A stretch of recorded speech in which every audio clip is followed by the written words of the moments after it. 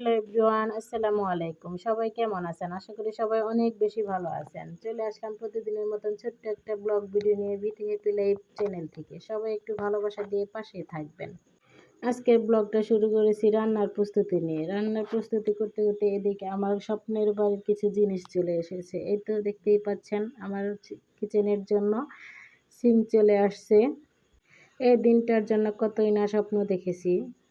সেই স্বপ্ন আস্তে আস্তে ধীরে ধীরে স্বপ্ন পূরণ হচ্ছে। সবাই দোয়া করবেন যেন স্বপ্নের বাড়িটা আমি আমার মনের মতন করে সাজিয়ে নিতে পারি।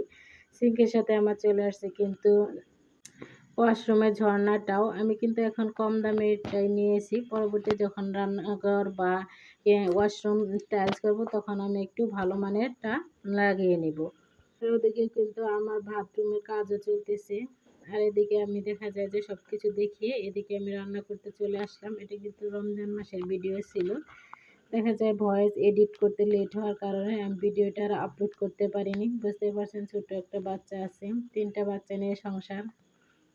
আমার সব কিছু আমি একসাথে পেরে উঠতে পারি না, তাই এডিট করতে একটু দেরি হয়ে গেল। এদিকে আমি কিন্তু মুরগির পা গিলা ওইগুলো আমি রান্না বসিয়ে দিয়েছি। দেখা যায় আমি মুরগির পাটা খাই, আর গিলা করে যে ওইগুলো খাই না, ওগুলো আমার হাজব্যান্ড পছন্দ করে। তাই আমার হাজব্যান্ড ছুটির থেকে চলে যাওয়ার আগে তাকে রান্না করে খাইয়ে দিব। সে আবার চলে যাবে কাল পরশুর মধ্যে। আর এদিকে আমি মুরগির কয়েকটা পিস ছিল, ওইগুলো আমি ভেজে নিব মুড়িতে মাখিয়ে খাওয়ার জন্য। এভাবে ভেজে নিলে কিন্তু মুড়িতে খেতে অনেক বেশি মজা লাগে। তার এদিকে আবার ওইটা ম্যারিনেট করার সাথে সাথে এগুলো আমি দেখা যায় যে পেঁয়াজু বেগুন এগুলো বানাবো, ওগুলো আমি রেডি করে নিতেছি। এই তো পেঁয়াজু, তারপরে আলুর চপ, বেগুনি এগুলো আমার ধীরে ধীরে ভেজে নিয়ে তারপরে এই যে মুরগিটাও ভেজে নিতেছি। দেখতে মাশাআল্লাহ হয়েছে, খেতেও কিন্তু অনেক বেশি মজা হয়েছিল।